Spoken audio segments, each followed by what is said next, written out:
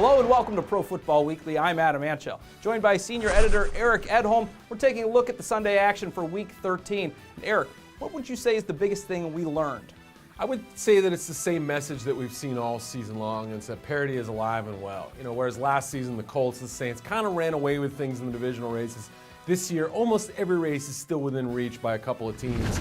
And you look at the Bears-Lions game, Chiefs-Broncos, certainly Bengals-Saints. All these games between supposed bottom dwellers and front runners were pretty darn close. They came down to a one-score situation. So it just shows that just because you're in contention or you're in last place doesn't mean the games can't be close this late in the season. So while parity kind of reigns supreme still, what would you say was the most surprising thing?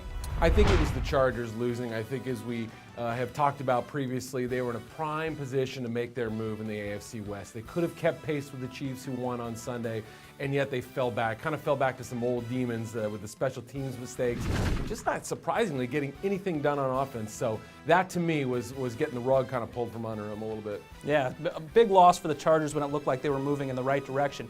Who is your player of the week for Sunday?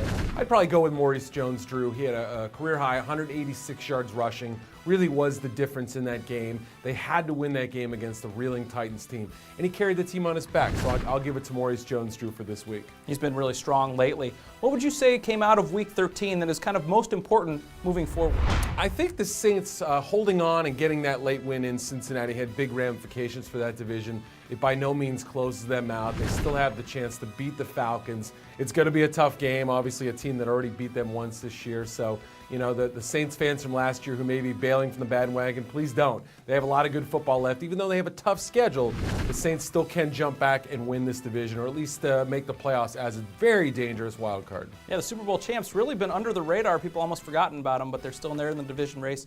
Really could be a force down the stretch. Thanks, Eric, and for all of the best inside information in the NFL, go to ProFootballWeekly.com.